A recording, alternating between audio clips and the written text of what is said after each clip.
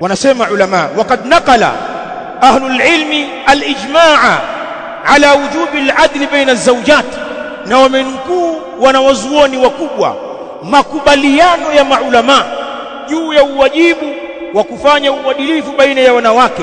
Ijmaati zimenukuliwa, mimi nimenukuu kauli kadhaa.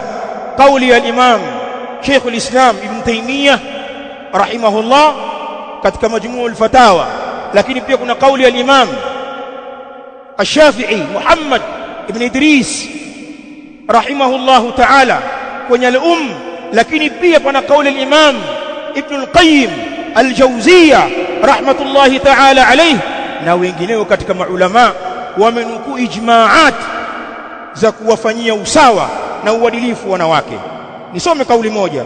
Qala Sheikh al-Islam rahimahullah yajibu alayhi al-adlu baina az-zawjatayn biittifaqi al-muslimin.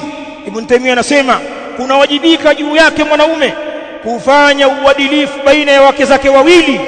Hiyo ni kwa uchache, mtu mwenye wake wawili. Wajibu huo unawajibika biittifaqi al-muslimin, kwa kuwafikiana waislamu. Thumma yaqulu rahimahullahu ta'ala fa alayhi an ya'dila fil qasmi, ni juu yake huyo mwanaume afanye uadilifu katika migao ya zamu za kulala kwa wanawake hao.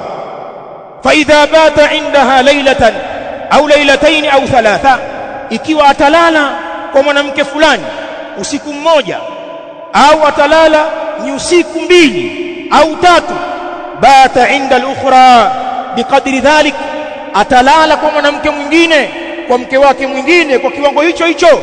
La yufaddilu ihdaha fil qasmi, asimfadhilishe mwanamke mmoja katika wake zake kwenye mgao.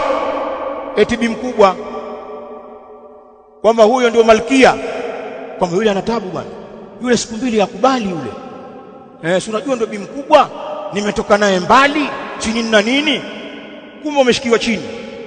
Sema nimetawaliwa. Sasa kama umefikia kiwango hiko, mkeo mkubwa anakutawala, una kiherere cha nini cha kuoa watoto wa watu? Si utulie na huyo mwanajeshi wako, maana ufurukuti. Tulia. Hata kama ni mke mkubwa, mgao ufanane. Na kuna wengine wanawadhulumu wake wakubwa, kaoa mke mdogo, imeingia ndogo ndogo. Sasa bado mtoto mwanamchanga, akili yake iko huko, anamdharau yule mke mkubwa aliyemzalia watoto, aliyetoka naye mbali, anamnyima baadhi ya haki zake. Kila akitafuta kwa mke mdogo, mchana yuko huko, usiku yuko huko. Yule kama kamsahau, kamfanya kama ni yaya tu, ni mlezi wa watoto, ana ngoma mpya huko. Hata hawa wake wadogo wasiwapande kichwani, mkavunja haki, mtaulizwa kwa Allah.